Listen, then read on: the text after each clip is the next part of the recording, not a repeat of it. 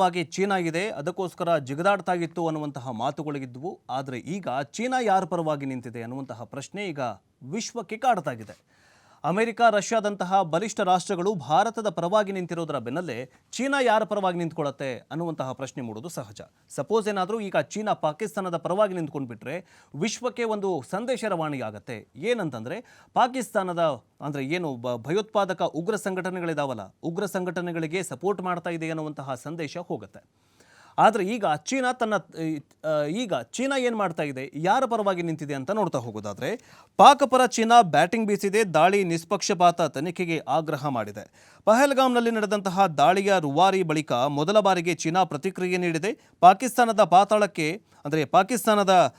ತಾಳಕ್ಕೆ ತಕ್ಕಂತೆ ಚೀನಾ ಕುಣಿತಾಗಿದ್ದು ದಾಳಿಯನ್ನು ನಿಷ್ಪಕ್ಷಪಾತವಾಗಿ ತನಿಖೆ ನಡೆಸಬೇಕು ಅಂತ ಹೇಳಿದೆ. ಜೊತೆಗೆ ಭಾರತ ತೆಗೆದುಕೊಂಡಿರುವಂತಹ ಕ್ರಮಕ್ಕೆ ವಿರೋಧವನ್ನು ವ್ಯಕ್ತಪಡಿಸಿದೆ. ಭಾನುವಾರ ಪಾಕ್ ವಿದೇಶಾಂಗ ಸಚಿವ ಇಶ್ಕ್ದಾರ್ ಚೀನಾ ವಿದೇಶಾಂಗ ಸಚಿವ ವಾಂಗ್ ಯಿ ಅವರಿಗೆ ದೂರವಾಣಿ ಕರೆ ಮಾಡಿದ್ದಾರೆ. ಭಾರತ ತೆಗೆದುಕೊಂಡಿರುವಂತಹ ಕ್ರಮಕ್ಕೆ ಚೀನಾ ವಿರೋಧ ವ್ಯಕ್ತಪಡಿಸಿದ್ದಾರೆ ಅಂತ ಪಾಕಿಸ್ತಾನ ವಿದೇಶಾಂಗ ಇಲಾಖೆಯೇ ಹೇಳಿದೆ. ಕಾಶ್ಮೀರದಲ್ಲಿ ನಡೆದಂತಹ ಭಯೋತ್ಪಾದಕ ದಾಳಿಯ ನಂತರ ಪಾಕಿಸ್ತಾನ ಮತ್ತು ಭಾರತದ ಮಧ್ಯೆ ಹೆಚ್ಚಾಗಿರುವ ಉದ್ವಿಗ್ನತೆಯನ್ನು ಚೀನಾ ಸೂಕ್ಷ್ಮವಾಗಿ ಗಮನಿಸ್ತಾ ಇದೆ. ದಾಳಿಯ ಕುರಿತು ನಿಷ್ಪಕ್ಷಪಾತ ತನಿಖೆ ನಡೆಸಬೇಕು, ಎರಡೂ ಕಡೆಯಿಂದ ಶಾಂತಿ ನೆಲೆಸುವಂತೆ ನೋಡಿಕೊಳ್ಳಬೇಕು ಅಂತ ಚೀನಾ ವಿದೇಶಾಂಗ ಸಚಿವ ವಾಂಗ್ ಯಿ ಹೇಳಿದ್ದಾರೆ ಅಂತ ಗ್ಲೋಬಲ್ ಟೈಮ್ಸ್ ಉಲ್ಲೇಖ ಮಾಡಿದೆ. ಗ್ಲೋಬಲ್ ಟೈಮ್ಸ್ ಯಾವುದಿದು? ಅದು ಕೂಡ ಪಾಕಿಸ್ತಾನಕ್ಕೆ ಸಂಬಂಧಿಸಿದ, ಪಾಕಿಸ್ತಾನ ಮತ್ತು ಚೀನಾಗೆ ಸಂಬಂಧಿಸಿದಂತಹ ಒಂದು ವೆಬ್ಸೈಟ್. ಇಲ್ಲಿ ಎಲ್ಲೂ ಕೂಡ ಡೈರೆಕ್ಟ್ ಆಗಿ ಚೀನಾ ಹೇಳಿಲ್ಲ, ನಾವು ಈ ಪಾಕಿಸ್ತಾನ ಪರವಾಗಿ ನಿಂತಿದ್ದೀವಿ, ನಿಷ್ಪಕ್ಷಪಾತವಾಗಿ ಏನು ಭಾರತ ತೆಗೆದುಕೊಂಡಿರುವಂತಹ ರಾಜತಾಂತ್ರಿಕ ನೀತಿಗಳಿಂದ ನಾವು ಇದನ್ನು ವಿರೋಧ ಮಾಡ್ತೀವಿ ಅಂತ ಎಲ್ಲೂ ಕೂಡ ಅಧಿಕೃತವಾಗಿ ಎಲ್ಲೂ ಹೇಳಿಲ್ಲ. ಪಾಕಿಸ್ತಾನವೇ ಹೇಳ್ತಾ ಇದೆ. ಪಾಕಿಸ್ತಾನ ಮೊನ್ನೆ ಅಷ್ಟೇ ದಾಳಿ ನಡೆದಂತಹ 2ನೇ ದಿನಕ್ಕೆ ಪಾಕಿಸ್ತಾನ ಅಧ್ಯಕ್ಷ ಈ ನವಾಜ್ ಶರೀಫು ಮತ್ತು ಮುನೀರು ಸೇನಾಧ್ಯಕ್ಷ, ಉಪ ಪ್ರಧಾನಿ ಇವರೆಲ್ಲ ಕೂತ್ಕೊಂಡು ಒಂದು ಪ್ರೆಸ್ ಮೀಟ್ ಮಾಡ್ತಾರೆ. ನಮ್ಮ ಹಿಂದೆ ನಾವು ಏನೇ ಮಾಡಿದ್ರು ನಮ್ಮ ಹಿಂದೆ ಚೀನಾ ಇದೆ, ನಾವು ಹೆದರ್ಕೊಳ್ಳಲ್ಲ. ಈಗ ಚೀನಾನು ಕೂಡ ಏನಂತಂದರೆ ನಮಗೆ ಸಪೋರ್ಟ್ ಮಾಡತ್ತೆ ಅಂತ ಹೇಳ್ತಾರೆ. ಚೀನಾ ಹೆಂಗೆ ಸಪೋರ್ಟ್ ಮಾಡತ್ತೆ? ಚೀನಾದ ಚೀನಾ ಅಮೆರಿಕಾದ ಮೇಲೆ ನಡೆಸ್ತಾ ಇರುವಂತಹ ಸುಂಕ ಯುದ್ಧದಿಂದಾಗಿ ಅದರ GDP ಕಡಿಮೆ ಆಗ್ತಾ ಇದೆ.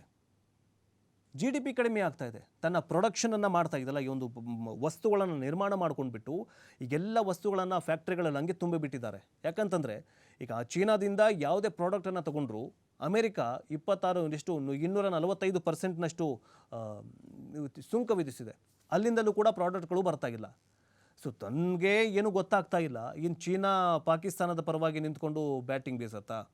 ಸಪೋಸ್ ಬೀಸಿದ್ದೇ ಆದಲ್ಲಿ ಅಮೆರಿಕಾದ ಅಧ್ಯಕ್ಷ ಸುಮ್ಮನೆ ಕೂತ್ಕೊಳ್ತಾರಾ ಟ್ರಂಪು? ಅಫ್ಕೋರ್ಸ್ ಈಗೇನು 245% ಏನು ಟ್ಯಾಕ್ಸ್ ಹಾಕಿದಾರಲ್ಲ, ಪಕ್ಕ 500% ಟ್ಯಾಕ್ಸ್ ಹಾಕ್ತಾರೆ. ಯಾಕಂತಂದರೆ ಚೀನಾ ಈಗ ಭಾರತ ಮತ್ತು ಅಮೆರಿಕಾದ ನಡುವೆ ಒಳ್ಳೆ ಬಾಂಧವ್ಯ ಇದೆ. ರಷ್ಯಾ ಮತ್ತು ಚೀನಾ ಫ್ರೆಂಡ್ಶಿಪ್ ಇದ್ರೂ ಕೂಡ ರಷ್ಯಾ ಯಾವತ್ತೂ ಕೂಡ ಭಾರತದ ಪರವಾಗಿ ನಿಂತಿರುತ್ತೆ. ಸೊ ಹೀಗಾಗಿ ಚೀನಾ ಈ ಸಂದರ್ಭದಲ್ಲಿ ಈಗ ವಿಶ್ವದ ರಾಜಕೀಯ ಮಟ್ಟದಲ್ಲಿ ನೋಡ್ತಾ ಹೋಗೋದಾದರೆ ಚೀನಾ ಈಗ ಯಾರಿಗೆ ಸಪೋರ್ಟ್ ಮಾಡಬೇಕು? ಭಾರತ ಈಗಾಗಲೇ ಏನಂತಂದರೆ ಪಾಕಿಸ್ತಾನಕ್ಕೆ ಸಪೋರ್ಟ್ ಮಾಡಬೇಕು. ಯಾಕಂತಂದರೆ ಈಗ ಸಾಲ ಕೊಟ್ಟಿದೆ, ನಾವು ನಾಳೆ ಸಾಲ ಕೊಡಲ್ಲಪ್ಪ ಅಂತಂದರೆ ಏನು ಮಾಡ್ತೀರಾ? ಸೊ ಅದು ಒಂದು ಕೂಡ ಚೀನಾಗೆ ದೊಡ್ಡ ಭಯ ಇದೆ. ಜೊತೆಗೆ ಕೆಲವೊಂದಿಷ್ಟು ಕೋಟ್ಯಾಂತರ ರೂಪಾಯಿ ಪ್ರಾಜೆಕ್ಟ್ಗಳನ್ನು ಪಾಕಿಸ್ತಾನದಲ್ಲಿ ಇರಿಸಿದೆ. ಪಾಕಿಸ್ತಾನವನ್ನು ಈಗೇನಾದರೂ ಸಪೋರ್ಟ್ ಮಾಡ್ತು ಅಂತಂದರೆ ಪಾಕಿಸ್ತಾನಕ್ಕೆ ಚೀನಾದಿಂದಲೇ ಉಳಿಗಾಲ ಇಲ್ಲ ಅನ್ನುವಂತಹ ಸಂದೇಶವೂ ಕೂಡ ಇದೆ. ಚೀನಾ ಏನೇ ಸಪೋರ್ಟ್ ಮಾಡಿದ್ರು ಕೂಡ ಅದರ ಹಿಂದೆ ತನ್ನ ನರಿ ಬುದ್ಧಿ ಇರುತ್ತೆ, ತನ್ನ ಕುತಂತ್ರಿ ಬುದ್ಧಿ ಇರುತ್ತೆ. ಏನೇ ಆಗಲಿ ಇಬ್ಬರು ಕುತಂತ್ರಿಗಳೇ ಅಲ್ವಾ? ಪಾಕಿಸ್ತಾನನೂ ಕುತಂತ್ರಿ, ಚೀನಾನೂ ಕುತಂತ್ರಿ. ಇವಿಬ್ಬರು ಸೇರಿಕೊಂಡು ಭಾರತಕ್ಕೆ ದೊಡ್ಡ ವಿರೋಧಿಗಳಾಗಿದ್ದಾರೆ. ಇನ್ನು ಮುಂದಿನ ಸುದ್ದಿ ಏನಂತ ನೋಡ್ತಾ